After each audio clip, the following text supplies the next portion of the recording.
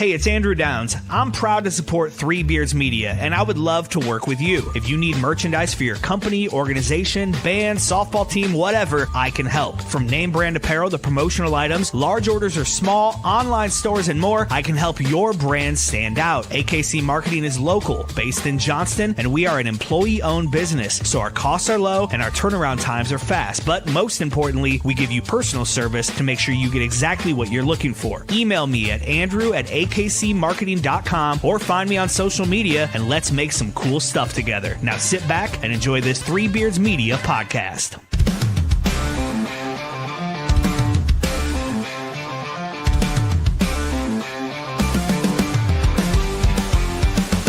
From the top rope, get and kill the roar so loud. Black and gold waving, we're a fearless crowd. Under them lights, the fight burns bright. Greatest team assembled, ready for the fight.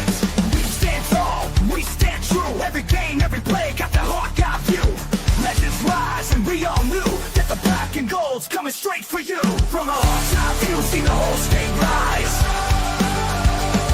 With a heart so strong and fire in our eyes. On the field, on the court, in the stands, we shine. The best in the game, and the state is mine. Cover Hawkeyes, walking, watch them break that press. Dropping dimes, hitting threes, never second guess. Full court hustle, hit the sneak aside. With the fight in our veins, we wear that pride. We stand tall, we stand true. Every game, every play, got that Hawkeye view. Legends rise, and we all knew that the black and gold's coming straight for you. From a Hawkeye view, see the whole state rise. All right. Good evening, everybody. We are finally back, Drew. We are more than back. Been a few. Glad to be back. How you been, Drew? I've been great. I've been very busy, as you know, Andrew. I did a postponed honeymoon with my wife, Jenny, down to Mexico here about, 2 weeks ago now. It seems like just yesterday, but went down to Cancun, had a good trip down there, golfed on a Jack Nicklaus course. We did some snorkeling around the reef. My God, just beautiful area. 5 days, it turns out, Andrew, is probably enough, especially when you have open bar. Yeah.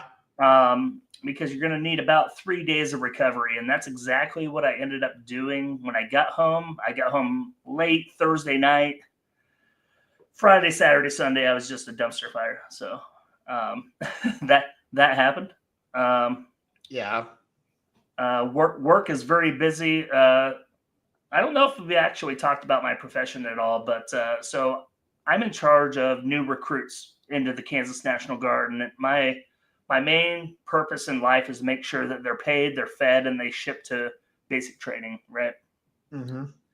Well, that big time is called summer surge, and that summer surge is coming here, graduation time in May of 2025. So have lots of shippers going out the door, going to basic training, going to be heroes, and God bless them, thank them for their service. And it's a lot of work on our end too, administratively, making sure they're paid, making sure that they're the right rank, all that kind of stuff. Shout out to the admin assistants. I think we just had Admin Assistants Day nationally this week. So shout out to all the admin assistants out there. That it's not a glorified position by any means, but can't do it without you. So shout out to all the admin assistants out there. Shout out to all the people who act as admin assistants but don't have the job title. Oh, I'm kidding. No. That's what it feels like sometimes. Good to hear you're busy. Good to hear that you're getting some new recruits in there. That's a nice segue into our next little segment here. Oh, recruits, huh? New recruits. Oh. You know who else likes to get new recruits? Ben McCollum. He loves it. He's rebuilding the roster and doing so in a great way, I would say. So, Drew, it's been so long. Let's recap everything because a lot has happened with Iowa men's basketball since you and I last spoke. I know that I got on here and talked with Ben a little bit after the McCollum hiring, and we talked a little bit about some of the Drake guys, but a lot has even happened since then. Um, let's just recap. Bennett Sturts decided to follow. That was probably the first domino and the biggest domino. Oh, Because he's an amazing player. Number 1 point guard in the transfer portal, number 2 player overall in the transfer portal by 247. Yeah, he's just a winner. He's a great point guard. If you're starting with him as your foundation, you're feeling good. But then Cam Manyow, Isaiah Howard, Caleb Combs, Tavion Banks, essentially the core that had eligibility left from Drake decided to come to Iowa as well, which some people have questions about those guys. I understand, but they're just flat out winners.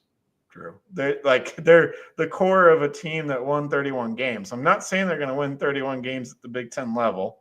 I don't think that's realistic, but they're winners, right? And they're gonna play hard. You know that. Here's my question to you, Andrew: Yeah. Does anybody in the Power Five know who Bennett Sturts is if they don't beat Mizzou in the first round? They don't get the national exposure. They don't get, even the Missouri Valley Conference tournament. I mean, Kevin Harlan's on the call on that every single year, I believe. And that's probably like first exposure to Missouri Valley basketball for most of the nation, right? Because it's kind of a standalone. Actually, like it's the week before like the Big Ten tournament setting, right? Because it's mid-afternoon Sunday, but the week before it's a standalone basketball game. Most of the nation sees it. Kevin Harlan's calling it for a reason. Do you think that the success or the interest, I guess, is so high in Bennett Sturts or even Ben McCollum at that point?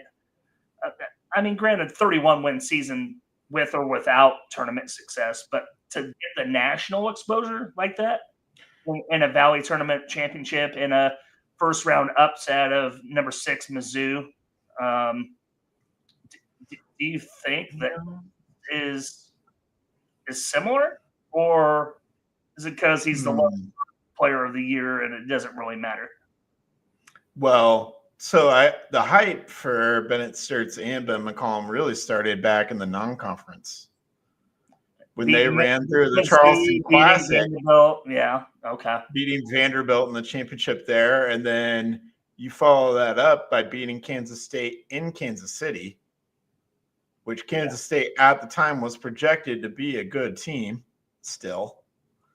But Bennett Sturts hit the shot to win the game against K-State. After they floundered it. I mean, they were up. Yeah. So that really, and then you have the Valley season, then you have the NCAA tournament as well. That certainly didn't hurt, but he got on the national radar after that win against Vanderbilt, really. And then followed it up with that win against Kansas State and then kept it going. Don't forget Miami. And that was what sent Jim Larrañaga to retirement.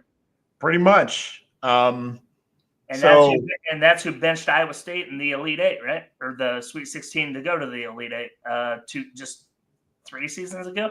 Yeah. Yep. 3 seasons ago. Yeah. So them and even some of the other Drake guys were on national radars. Even if fans didn't necessarily know who all those guys were, I can assure you that coaches did, because guys transferring up is the norm now. So anyways, those were kind of the first few dominoes to fall. But then you had Brendan Howson commit to Iowa from Kansas State. He's a knockdown shooter. He dropped 30-some points on St. John's this year. St. John's is the best defense in the nation. He dropped 30 on them. Kansas State didn't win the game because, again, Kansas State wasn't a very good team.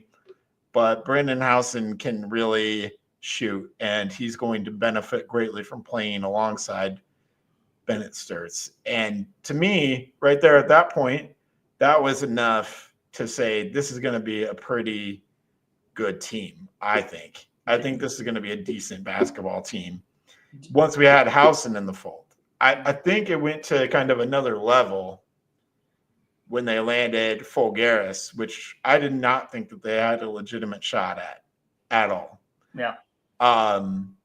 because they were competing with Providence and Villanova for Fulgaris. Kentucky sniffed around a little bit, ultimately decided to go a different direction, but they sniffed around. Those Big East schools, though, they can apply all of their revenue share money to men's basketball because they don't have to worry about football. Oh, 100%. Just like Creighton, actually. Yeah. I listened to I listened to Greg McDermott on The Rush with Travis and Ross this morning, actually. And he made that exact point. It was like, yeah, they're the big men on campus. Like they are the only revenue generating sport, in Omaha. And, no offense to Omaha, but like it's a pretty good metro area and a mid major that can produce money, right? Like hell, what's his name? Who's the real estate tycoon there in Warren Buffett. Warren Buffett, thank you. Yeah. I mean, money abound in the Omaha area, and if it's only going to one place, I mean, there we see Josh Dix, there we see Owen Freeman. Yeah, and you know what? No ill will to either of them. Actually, I spent a lot of time in reflecting. Specifically, Owen Freeman is like being a quitter. Whatever. Like saw the writing on the wall, and like I was kind of telling you before, even Fram was fired. It's like everybody knows. Including the players. Yeah. And I think that's why he mailed it in at the end of the day. He's going to play for another season and see what happens. And I think Creighton's going to be awesome, honestly.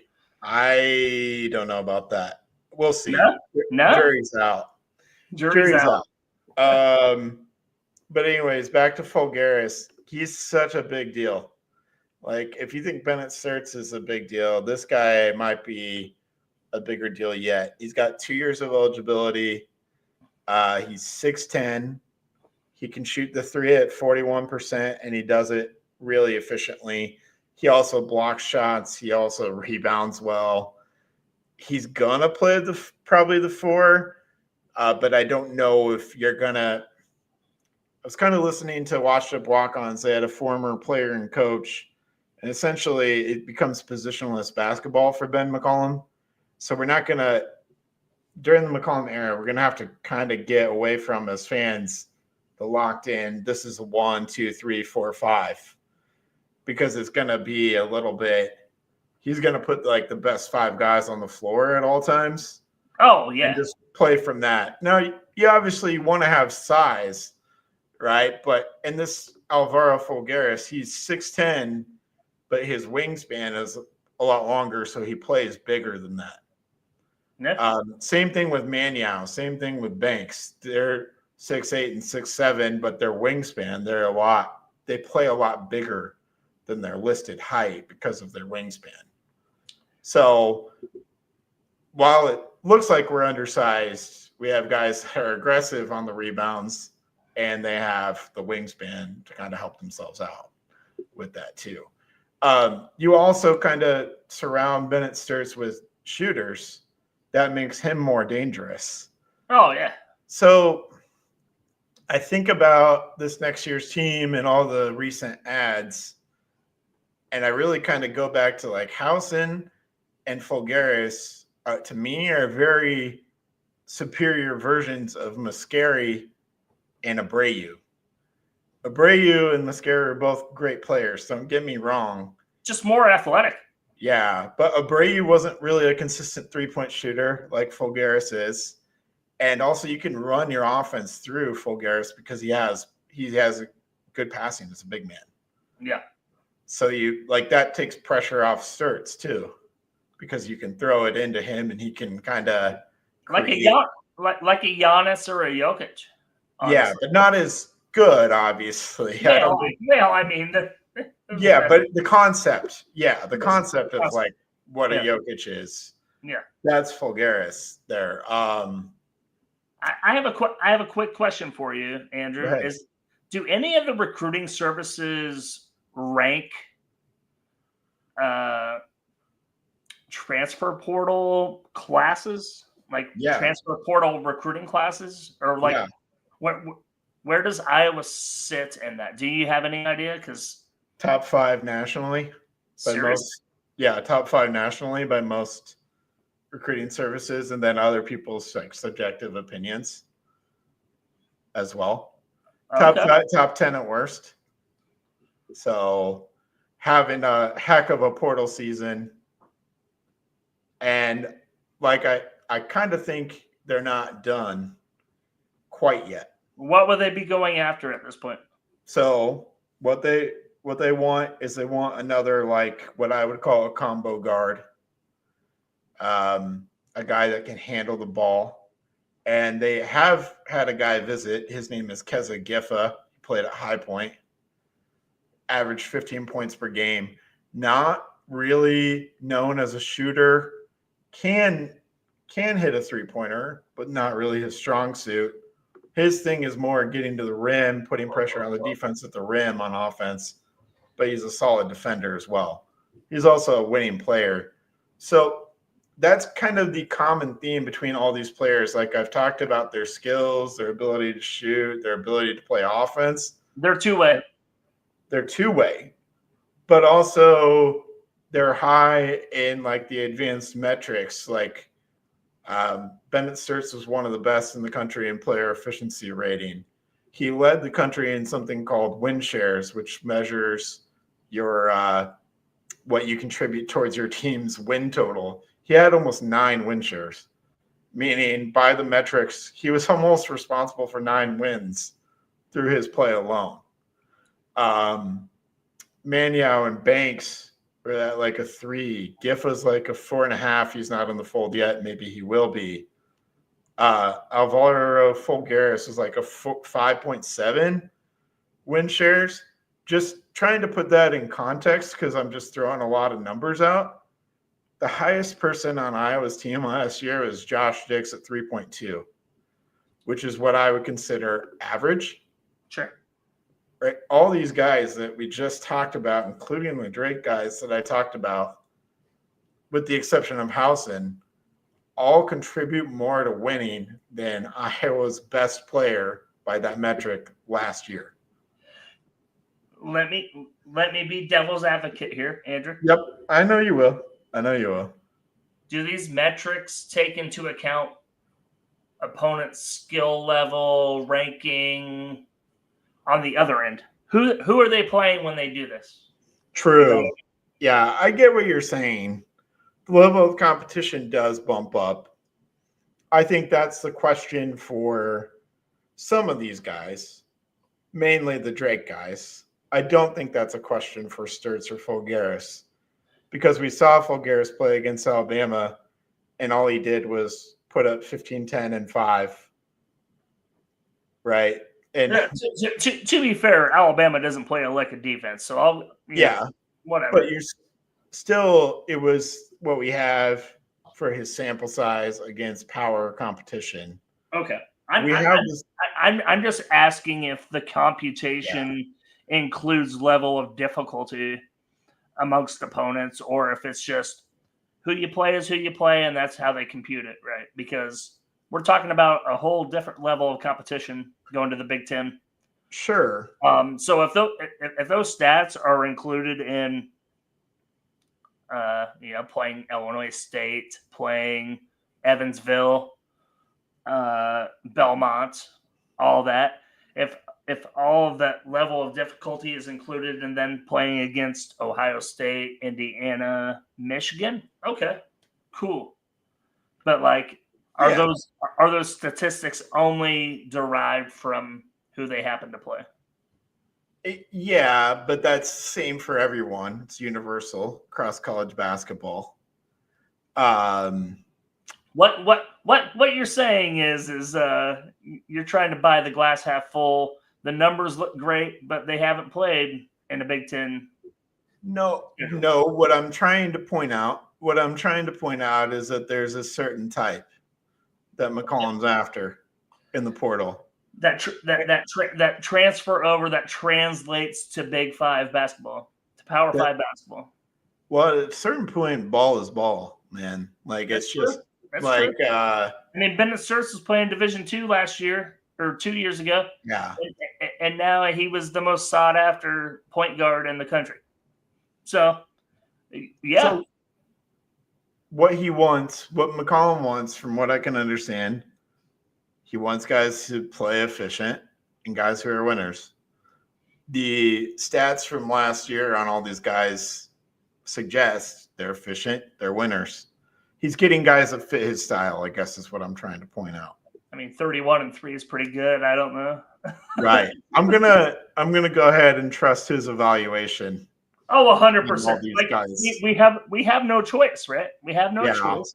You're saying that all of these services, all these recruiting services, saying top 5 transfer portal class in the country, top 10 at worst, or buy-in 100%. Yeah. And again, that doesn't include the potential addition of a guy like Kezagifa, who I think would be a nice fit alongside Sturts, because he's a little bit undersized, but he can handle the ball. And again, that takes pressure off of Sturts to not have to handle the ball the whole entire game. Kind of like what Jackson did. Again, I just see that at him as like a kind of a, I don't want to say it's going to be the same as last year's Drake team, but he kind of fits in that mold of Isaiah Jackson. If you remember watching Isaiah Jackson. Oh, yeah. Wasn't really a good 3-point shooter, but could handle the ball, take that pressure off Sturts, keep things moving on offense, and was a really good defender. Tony Perkins? Comp? I mean, maybe I wouldn't go there because Perkins is a little bigger. Okay. Okay. I wouldn't, yeah. But I do think he can get to the rim and do things like that. And you kind of need a guy like that. He can create. Having multiple guys who can create is a good thing.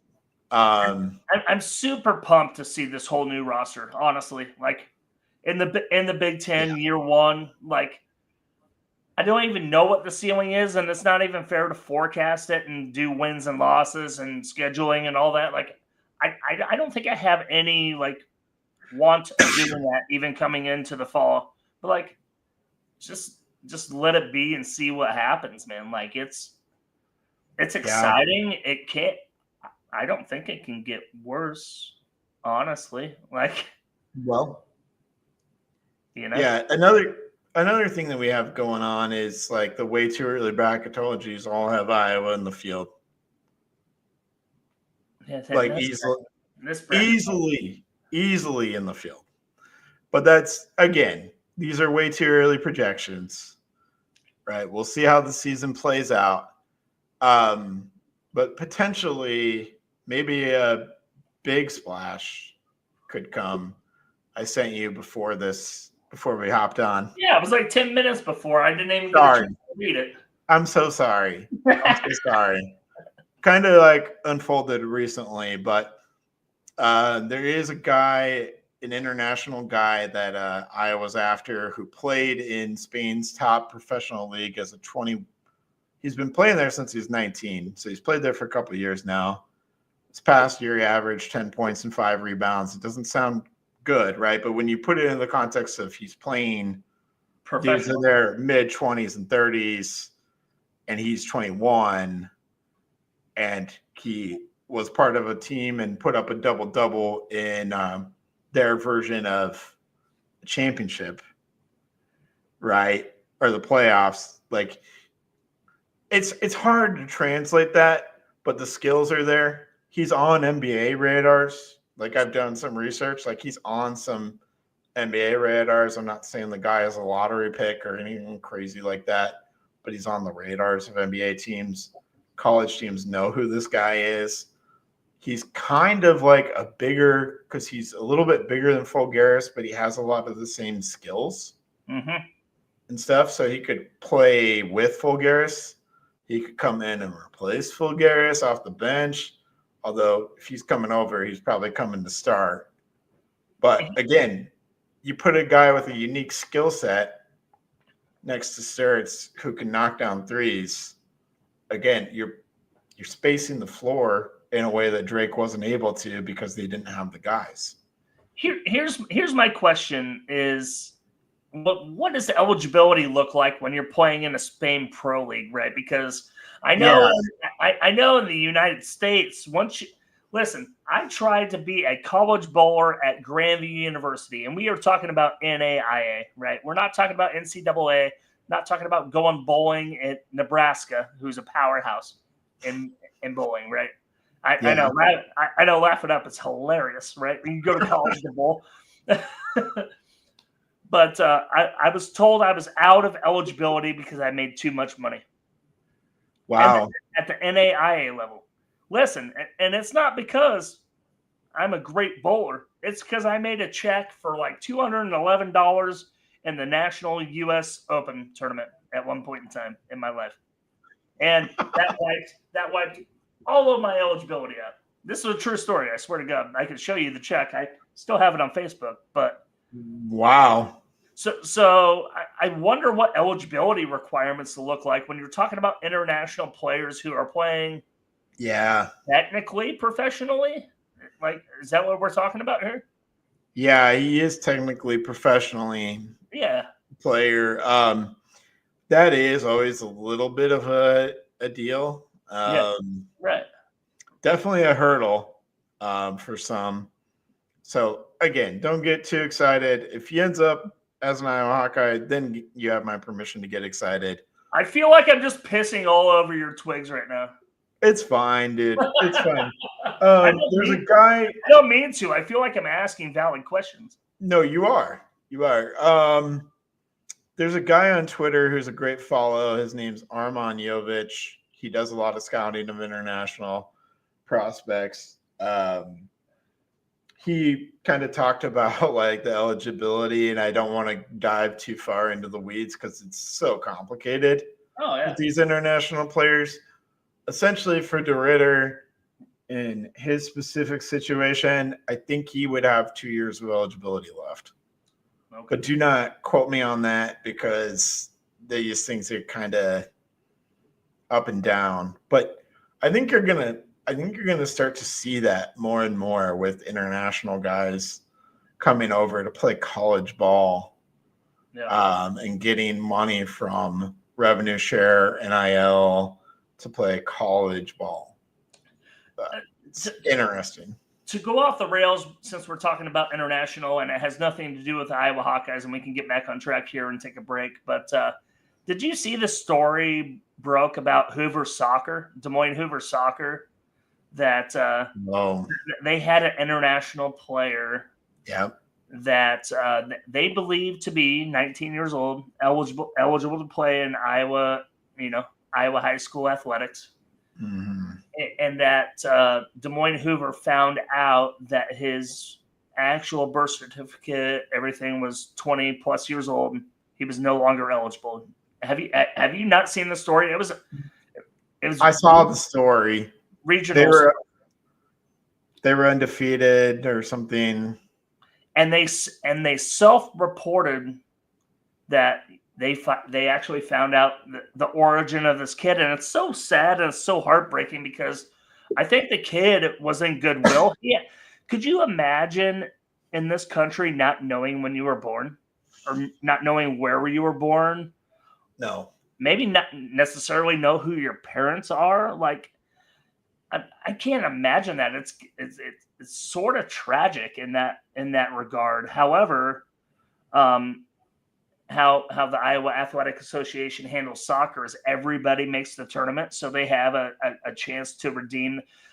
Des Moines Hoover vacated all the wins involving this kid, and heart goes out to him, honestly. That he probably had no idea, and man, kudos to Des Moines Hoover to self-report that, and like in the goodwill of athletics and competition and just sportsmanship all around. I mean, just excellent work all around on that regard. But I mean, Des Moines Hoover has a chance to still make the tournament, and they probably will. And I hope I hope they fucking win it because they did the right thing. And doing the right thing is not always easy. And in Iowa athletics, you don't see a lot of controversy, I guess, outside of, Arlen Bruce and the whole COVID season and all that nonsense. Oh, yeah. No, he was definitely throwing games. I'll die on that hill. You don't see a lot of nonsense in that regard of eligibility. So kudos to Des Moines Hoover. Good luck to them in the tournament.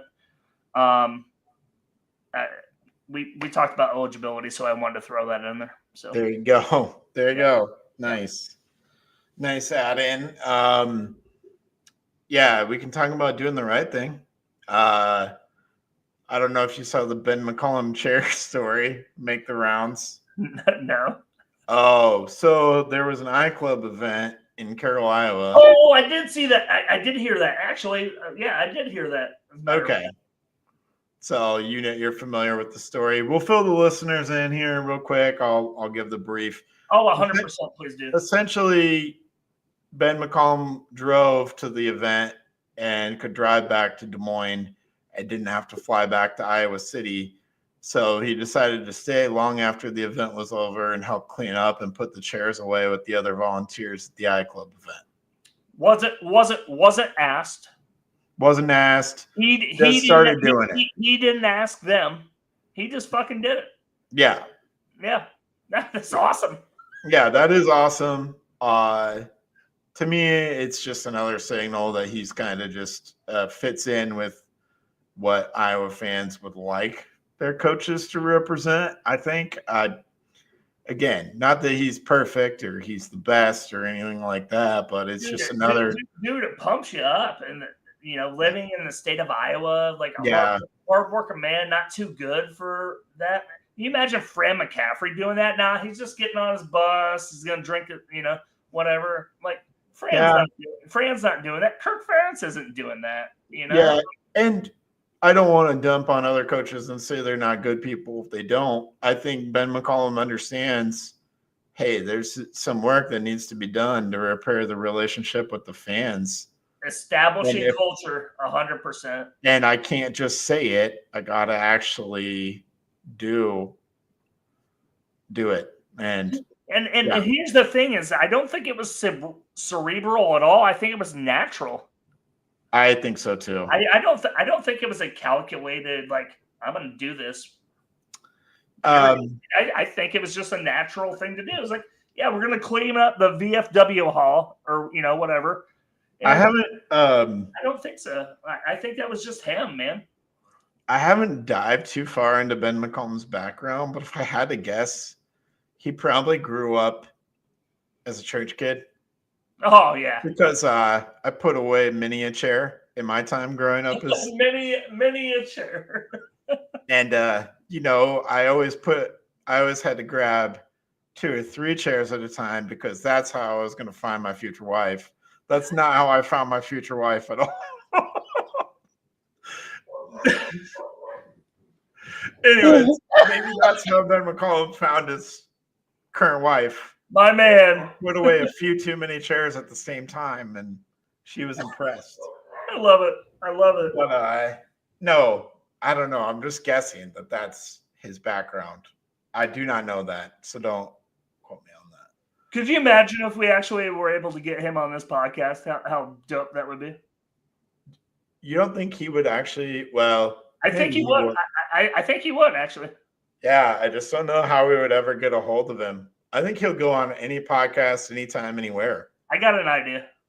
He's made all the what's another thing is he's made all the rounds in Des Moines. He's been a frequent flyer. I mean, obviously he has the connection with like Sean Roberts from his time at Drake. Yeah. But he just recently went on Travis and Ross's show this morning. He's been on other podcasts and things, and yeah, he's all over the place trying to put his name out there and ingratiate himself to fans. So I wouldn't even say put his name out there. It's put the not put his name out there, but just put the program out there. You know, we're He's we're, we're we're open for business, and we're going to work our ass off. And you know Yeah. what? If they don't like it. He also said something the other day about how we're gonna bully the bullies. I can't remember what the exact quote was, but he said we're gonna bully the bullies. And Oh, he said that he said that on Travis and Ross's show about a month ago when he oh was the boy, Drake coach. that's awesome. That's Yeah, an awesome line. yeah, Print the shirts, man. Bully the bullies. yeah. Let's go. Love it. What do you think? Should we take a little break? Come back? Let's do it, man. Okay. All right. Making great tasting bourbon requires the perfect combination of ingredients, conditions, and time. The longer it rests, the better it tastes. Revelton Distillery's new single barrel bourbon is made from 80% corn, sourced 100% from Iowa farmers. And unlike mass-produced bourbons, each barrel of Revelton's single barrel bourbon is unique, proofed on when it tastes best. As they like to say, it'll be ready when it's ready. And to ensure the highest standards of quality and flavor, owners Rob and Christy Taylor oversee the production and bottling. Every single barrel.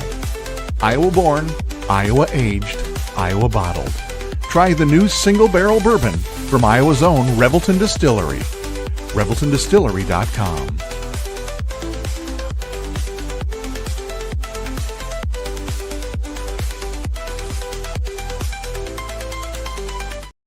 Whether you're buying, selling, or refinancing your home, or if it's simply time to renovate the one you're already living in, you need an experienced mortgage professional to help you analyze your financing options and to make sure the closing goes smoothly.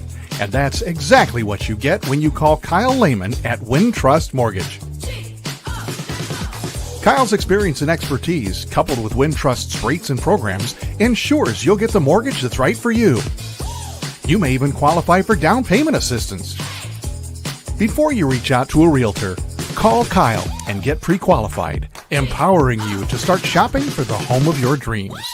Call Kyle at 515-473-0546.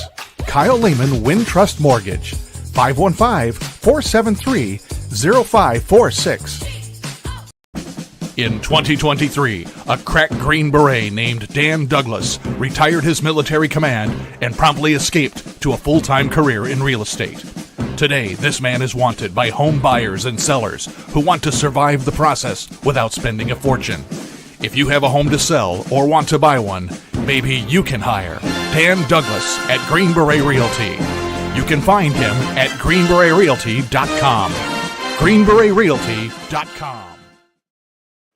All right. Well, thank you to our sponsors as always. And man, maybe we can keep the transfer theme rolling a little bit here.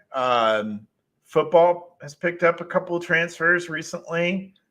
They got Barros, corner from South Dakota. I think he's going to maybe be a depth piece. They also got a freshman safety from Purdue, Hudkins, I think his name is. And then a D2 O-line guy from Ferris State who I think was maybe popping up on some NFL radars, potentially. Ferris State, of course, we all know the mascot is Ferris Bueller? No, I have no clue. Bears. I have no clue, man. I need you to look that up before the end of the podcast.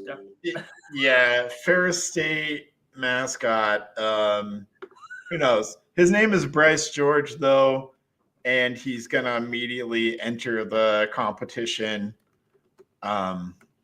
for the left tackle spot. They are Bulldog. Oh, Bulldogs, the Ferris State Bulldogs. So okay. the Bulldogs are Breaking nice. news, Ferris State Bulldogs. Okay, I think he was a D2 All-American. I could be wrong. that sounds about right. D2 Yep. Bulldogs, Drake, D2 Dogs, whatever. That Another D2 dog headed to Iowa City. Yeah. Let's go. I don't know. I think they're good ends. I think they're all at positions of need, I would say, specifically corner and tackle. And we'll see how they fit into the equation. but they weren't exactly like big splash, right? I think the Bryce George one, I think he did have some other power schools sniffing around. So Iowa wasn't the only power school.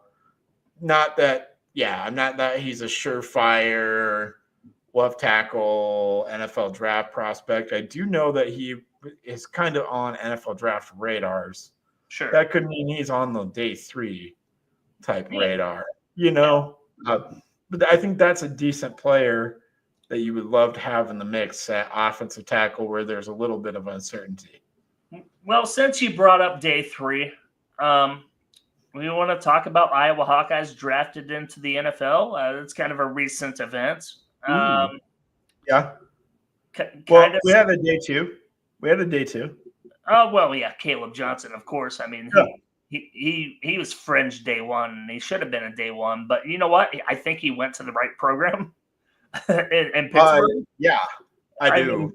I think he could be offensive rookie of the year. Honestly, potentially. He has nobody behind him. I don't think Najee Harris left, right? Well, Jalen Warren's still there. Oh, whoop-de fucking do. Yeah. I think Jalen Warren's more of a third down back.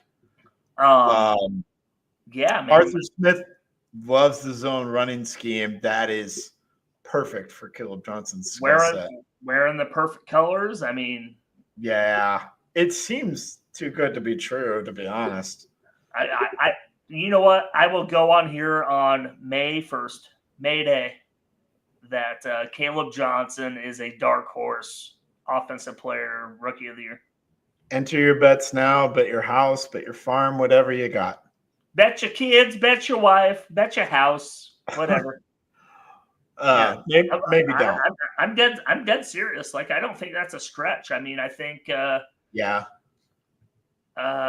think 2 out of the last 3 Pittsburgh running backs drafted have been offensive players of the year, and Najee Harris, and who was before him? Le'Veon Bell. Yeah. So interesting that you bring up Le'Veon Bell, because I think I've talked about it on this show before. The guy that Caleb Johnson in a way reminds me of is Le'Veon Bell. Yeah. I don't know if he's going to have the NFL career of Le'Veon Bell. I'm just saying running style. When you downhill, you compare the two. They're very decisive. They make one cut. They go. They don't. Although I do think that Caleb Johnson is maybe not as big, maybe a little bit faster than Le'Veon Bell. Yeah. But so I mean, am I wrong in saying that? Like, I might be premature about that, but I think the last 2 running backs that the Steelers have taken in top rounds have been in the running at the worst. Yeah.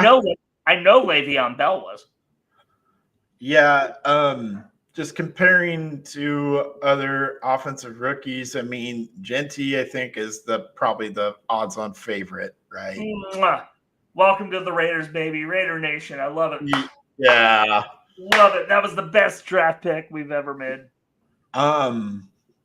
But who knows what's going to happen with Travis Hunter, what positions he going to play, right? Cam Scattaboo at the Giants in the 4th round pick.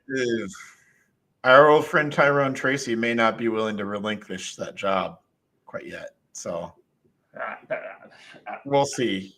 We'll see. I'm just saying, man. Like, I think if you're looking at another guy, I think Travion Henderson on New England could be another good candidate. So I really do think it's probably those 3, because I think the running backs are much better than the wide receivers or the tight ends. In this class for sure. In this class, yeah. And I just don't see. It could be. I don't know. It could be Ward. Who knows? It could be Warren from Penn State. Yeah, the tight end. he's completely dependent upon Anthony Richardson, though. So we'll see how that goes. That's true too. I mean, he's a great player, but who knows? I mean, look what Trey McBride did in Arizona with Kyler Murray. Yeah. Well, yeah, but I would probably take Kyler Murray over Anthony Richardson any day of the week. Would you? It's an interesting conversation. I'd probably lean Kyler, though. As a passing quarterback, you would lean Kyler? I think Kyler is a little bit more polished as a passer. I'm not saying he's great. I think he's a better playmaker. Yeah, he can hit a target, though. He can hit a target. Anthony Richardson has all the arm strength, but none of the accuracy. And what? He played high school quarterback for 1 year, and then he got that job at Florida? Yeah. So, I mean, he's definitely raw. The way he treated his rookie season was abysmal, right? Right. Benching himself because he was tired because he ran around like fucking Seneca Wallace. He pulled a Seneca Wallace and then he said, "Nah, I'm good. I need a breather." Yeah. And the NFL not going to cut it. So the Steelers are just trying to make their team Iowa Hawkeyes because they drafted Y.A. Black as well. Good for them. I love it. And they needed a defensive lineman, and he might play right away on that defensive line. And you're going to have to remind me where other guys got drafted. Luke Lachey went to the Texans. Connor Colby went to the Niners, and Richmond went to the Seahawks. And those were all 6th round and after, and I could not believe that. Yeah. Actually, what I cannot believe is Jay Higgins and Sebastian Jackson not being drafted at all. Okay, and Sebastian Castro. Yeah, that was kind of wild. Castro would have been a 3rd round pick if he came out last year. Jay Higgins ended up with the Ravens. Yeah. So to me, that seems like a great fit. Got a chance to earn a roster spot for sure. You're going to have to tell me where Castro ended up. I don't know. Nick Jackson, I know, accepted an invite to Giants mini camp. Let me look it up. Nick Jackson, fun tidbit, though, had an option to join the Ravens mini camp and could have reunited with Jay Higgins, which would have been fun. Oh, that would But I think he chose right in accepting the Giants invite over the Ravens because the Giants defense is woof. Beyond the defensive line, it's pretty bad. Yeah. So he has a greater chance of catching on there with the Giants, I think. Hey, you want to know where Sebastian Castro is? Where? Pittsburgh. Oh, yeah. I thought I saw that. Oh my gosh, Pittsburgh! I did know that, but I didn't want to report inaccurately. Yeah, he's a Steeler as well. Oh my gosh! Yep, just like the Houston Texans or Iowa State University. Okay, that listen, I do not like Iowa State in any way, shape, or form.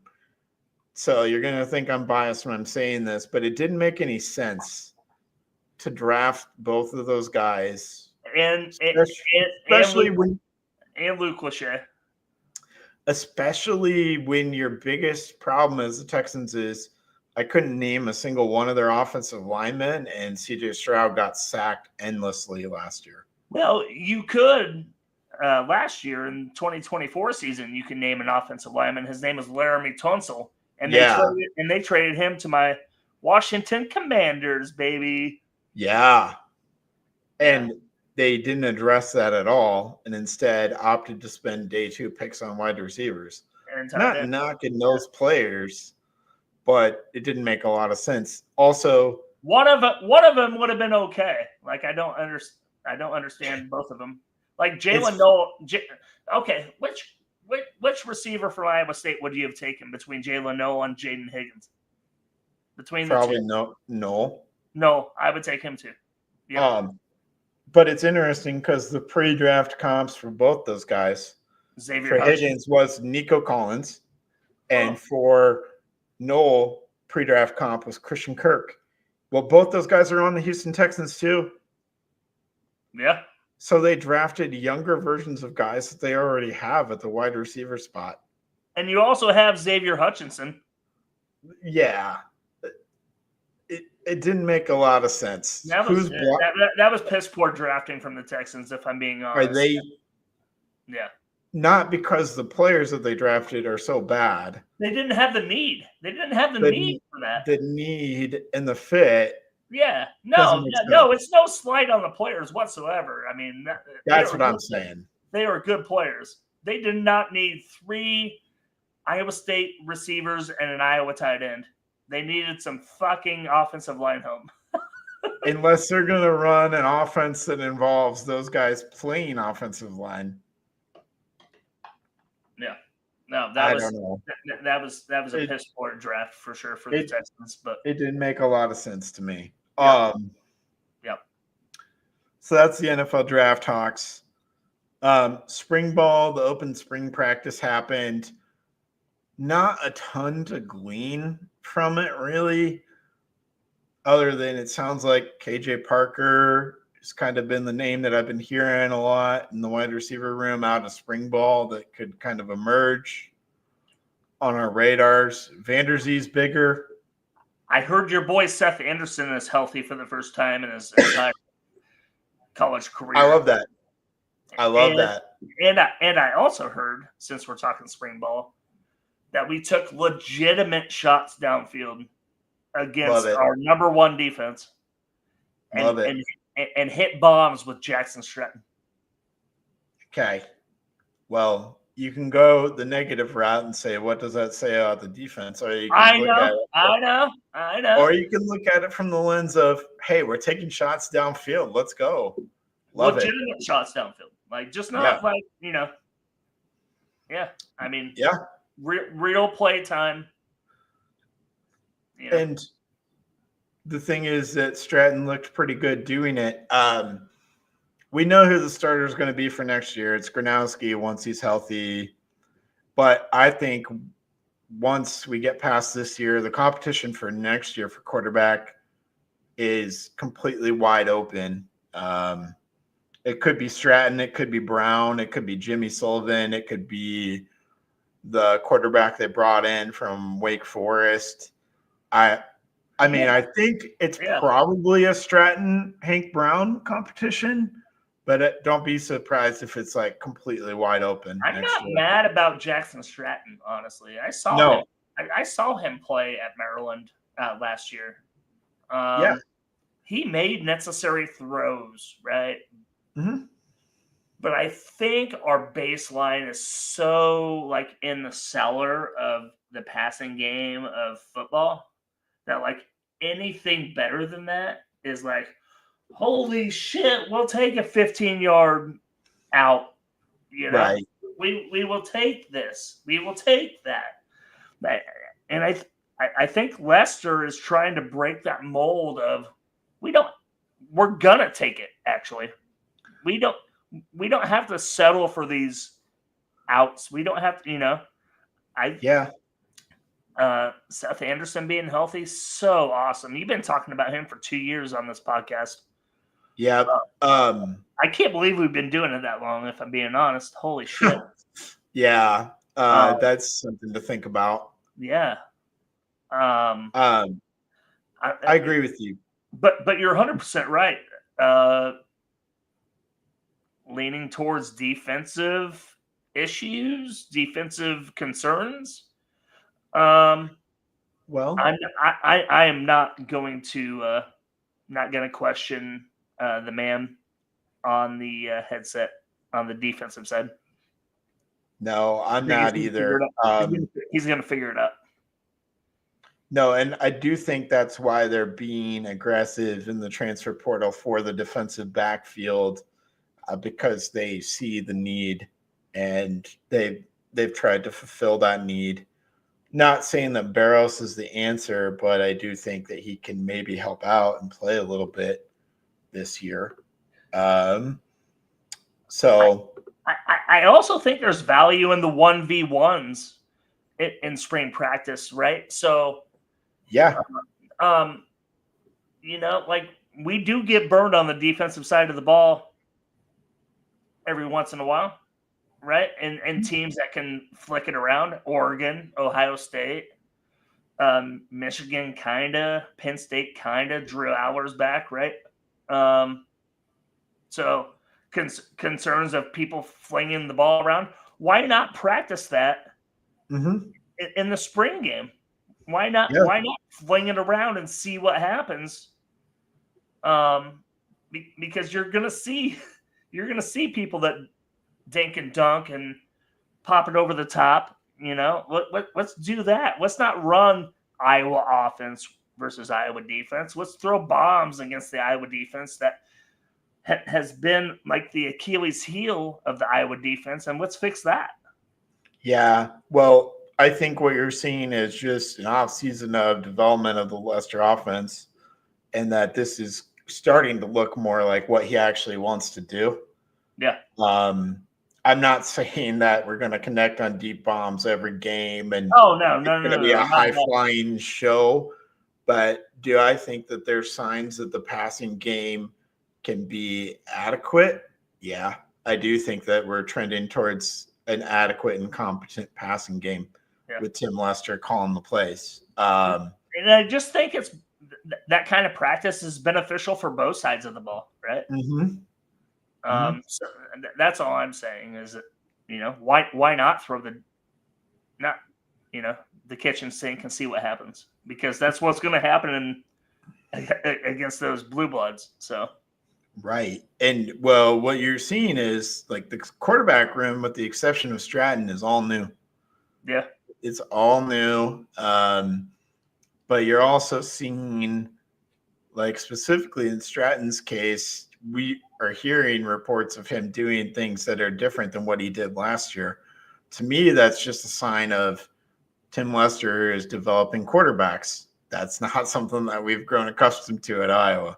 No, either stay the same or regress.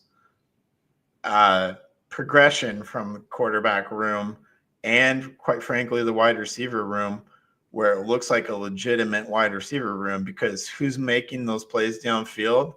It's guys like KJ Parker, Dayton Howard, Reese Vanderzee. Sam Phillips, the guy that we brought in from Chattanooga, is going to be one of the starters at wide receiver. He didn't practice. Yeah. But he's a burner. He's going to be open deep. We still have Jacob Gill on the team. He didn't practice, right?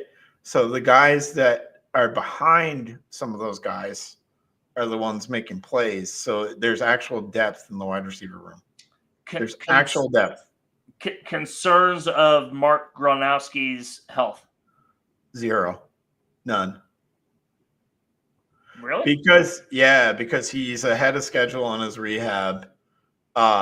He wasn't supposed to be participating or even throwing at all. So the fact that he's throwing at all by this time is actually an encouraging sign. I just think you need that continuity in the spring. You know what I mean? Like it worries me, but I mean, they have so much time in the fall too. I mean, they report like July 27th or something like that. He'll definitely get with his receivers in the summer as well and try to develop some continuity in the summer. Yeah. And then come back in the fall and be ready for camp and open it up in fall camp. And I don't know. I'm just not going to worry about it too much until the season starts and we see what it looks like. When we're talking about arm surgery on our starting quarterback in a Big Five, Power 5 conference, it worries me. So it's not because I'm trying to be an asshole. It's because I'm trying to be a realist of. I'm with you. When we receive damaged goods from Cade McNamara, like. Yeah. I'm leery of it, I guess, after what happened with Michigan and Cade McNamara. Yeah. This is a little bit more of an optional cleanup type procedure. And we aren't dealing with like the leg issues, right? That would be more concerning to me if it was a leg issue. When you were a fucking quarterback? Yeah, it would. That's fucking crazy to me, man. Because I think your feet are very important. playing quarterback. Your feet are definitely important, no doubt. If you can't trust your legs, you aren't going to be able to play quarterback well. 100%. So we don't have those concerns with Gronowski, and the fact that he's out there and throwing and feeling good. Okay. I feel great about this. Okay. I'm good with it. Yeah, I understand the Just skepticism. Cade McNamara skepticism. But I think that skepticism was a lot like the people saying, oh, Ben McCollum could be another Todd Licklider. I don't think it's very well founded. That's not happening. Yeah, I just don't see that. I think Mark Gronowski is the football version of Bennett Sturts. He's the football version of Bennett Sturts in a lot of ways. Okay, so how about you give me a college football quarterback comp? Comparison? Yes. To me, he is the winning, like all of that, the willingness to kind of lay things on the line. Carson Beck? See where I'm going with this? Tebow Light. I like Tebow Light. Hey, listen, I like winning, so fuck him. A white version of Tim Tebow. I'm not saying he's going to win the Heisman or anything. Did you like just that. say a white version of Tim Tebow? You know Tim Tebow's white, right? White. Tebow Light. A light. Not quite the same. Words matter. Light with an L. L-I. L-I. T-E, Got it. Actually, in this got in it, this Andrew. case. Got it. Tebow Light, Tebow Jr. Fair enough. Oh, shit. Again, not saying he's going to win the Heisman, have a sensational Heisman type season or anything, and lead us to a national championship. I just think from a winning standpoint, that's what he does, right? He wins, he puts himself out there, he's a great leader. He can obviously run the ball too. So I think that's where I'm getting the comparisons from. I just kind of feel like I'm going to miss Sullivan. Yeah, well, in regards to the running game. Yeah. I do think there was a place for him on this year's team, but I don't really hold it against him at all. Christ, there's 6 quarterbacks in that room now. Yep. And I don't hold it against him at all. He ended up in an awesome landing spot, by the way. Did you see where he went? Tulane? Yeah, that's an awesome. Oh, I nailed it. Look at that. See, I did pay attention. Yeah. They have had a lot of success with quarterbacks down there recently. And in Conference USA. I mean, that's a very, very good landing spot. Tulane bumped up to play American football now. Oh, American Athletic Conference. That's right. They play so now yeah. They're in with Memphis and them. Yep, that's right. So they bumped up a little bit. But yeah, I love that. Man, this is a little bit longer show than normal because we've been out for a few weeks. I'm okay with it. Women's basketball. Let's just touch on it real quick.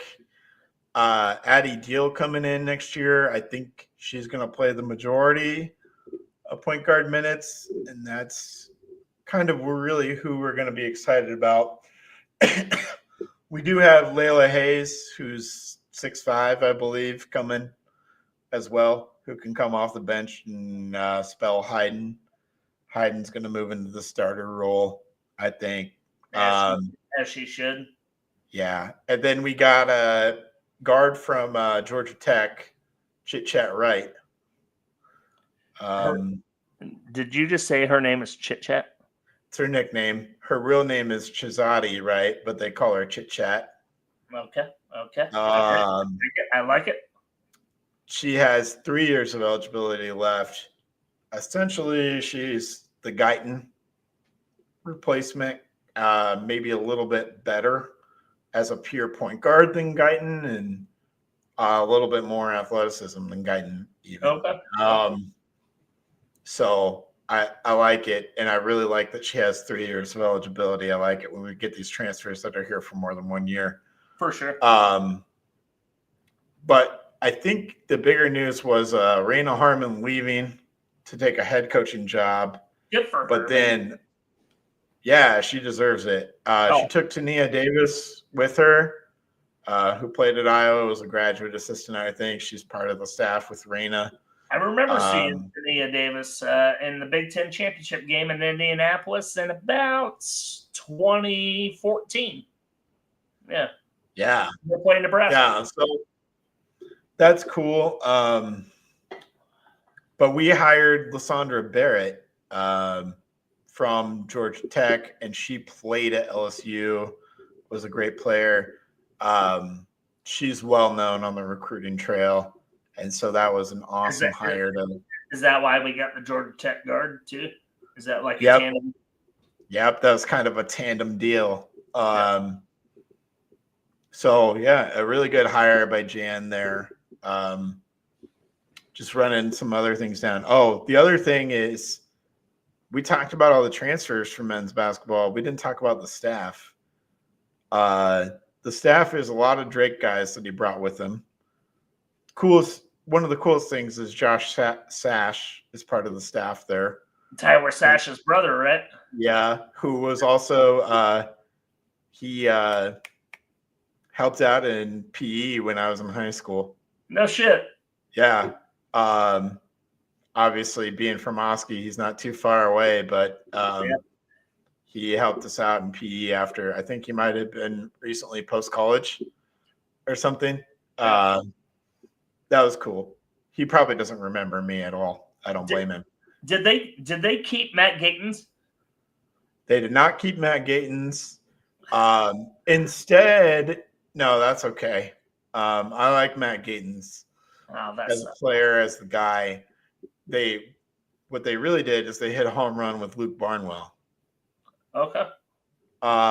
He was on the Texas Tech staff, but he was known as the guy at Sunrise Christian in Kansas, who's cranked out some NBA players and is really well known as like an international guy.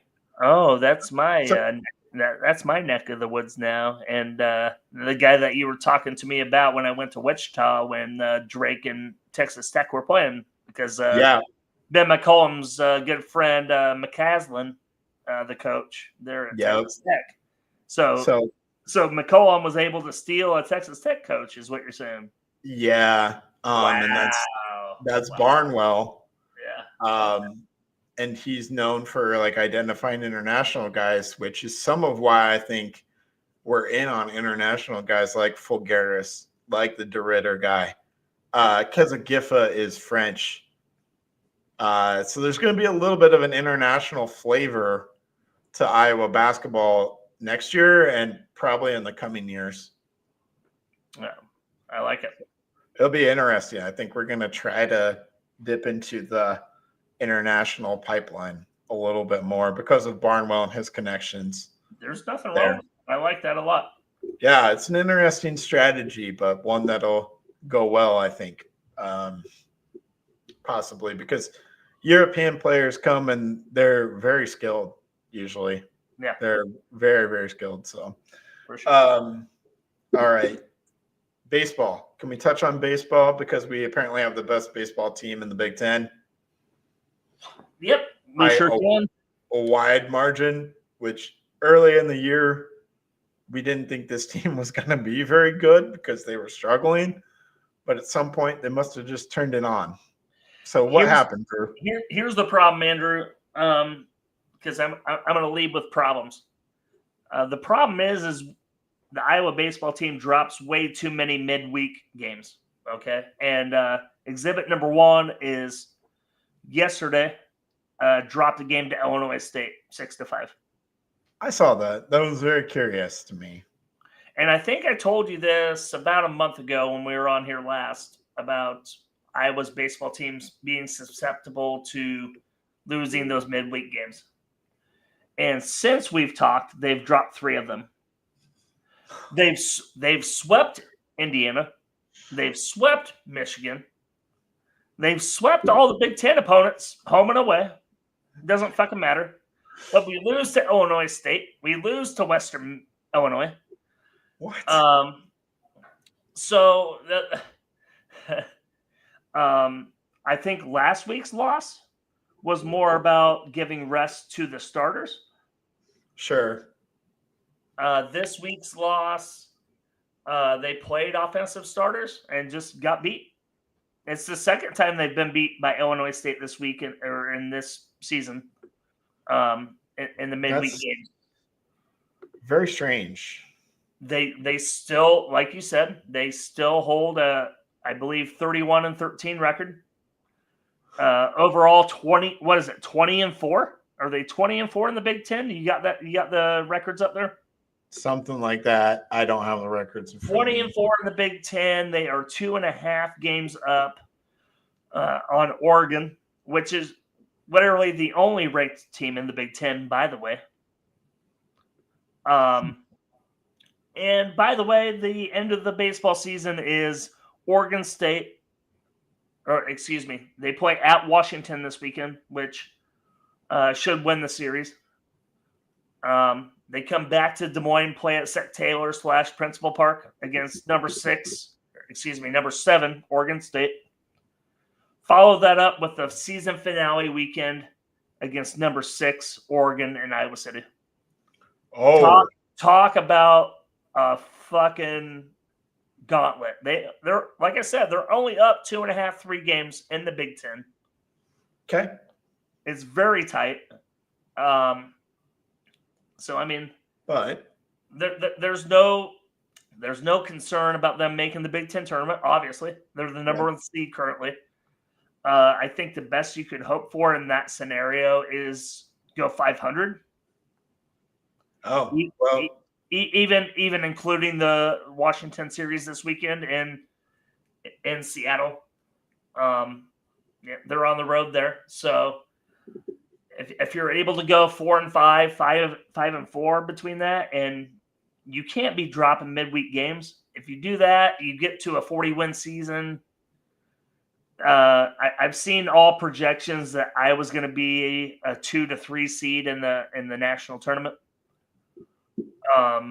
Safely in, even I think even if they get swept in all of that, I think they can land as a 4, backpedaling into it. yeah.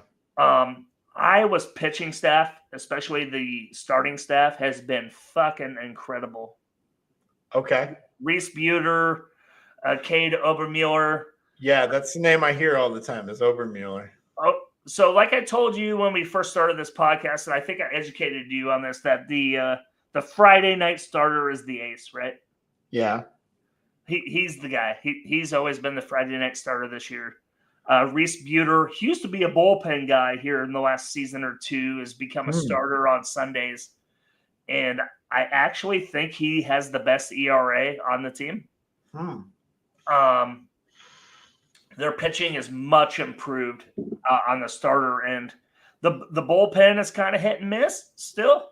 Yeah. But man, if you can get them through 6 2/3, 7 solid innings, the Hawks are usually up 3, 4, 5-0. The bullpen usually pulls through. I'm really excited for Iowa Hawkeye baseball, especially getting the new facility at Dwayne Banks Field in Iowa City. I don't know if you've even seen the renderings or if you've seen the work there at all, Andrew. I don't know. Well, Usually where I park, we walk by Dwayne Banks when I tailgate for Iowa football. yeah. I haven't been there in 2 years, so I don't know what that looks like currently. But the renderings of the Dwayne Banks renovation looks incredible. What Rick Heller has done to that program is nothing short of spectacular. Being a northern baseball team, northern area baseball team, it's not easy. Which is weird to me because it's not like there's not talent from here, right? Yeah. So like I would love to ask Rick Heller. I would love to ask any like Big Ten coach like why that would be. Oregon is brand new to the Big Ten, but they've been a powerhouse. We play Oregon State. They've been a powerhouse, but they're not conference affiliated at all right now. It's weird to me. It's weird to me when they start baseball season. They have to they don't play a home game until fucking mid-March, and they've already had 15 games on the books because they're going to Jacksonville, they're going to Texas, they're going to California because they have to, right? Right. They just have a product of the system, a product of the NCAA baseball season, and they just deal with it. I can't imagine playing baseball at Dwayne Banks, Valentine's Day, but they are. They're playing it elsewhere. They're firmly in the tournament, Andrew, and I cannot be more excited. And every time that we sweep a Big Ten team, I'm like, wow, what a great freaking weekend. And then we come to a Wednesday game, lost to Western Illinois 7-4. The next week we lost to Illinois State 6-5. Like, what the fuck are we doing here? So what you're telling me, what I'm gleaning is we're going to sweep Washington and we're going to sweep Oregon. We may not beat Oregon State. Oh, we're going to beat Oregon State because Oregon State's at Sec Taylor. Okay, so we're going to sweep everybody. We're going to go 9-0 to end the season. We go 9-0 in that record. You shoot your baseball RPI up in the top 20s. Yeah. You could go from a firm 3 seed to a fringe regional host if you sweep Oregon. If you sweep Oregon and Oregon State, and then you're at like 41-14. It's not happening. No, it's not. No, it's not happening. But if it did, that's a possibility for sure. They're firmly in the tournament, Andrew. I can't wait to see it.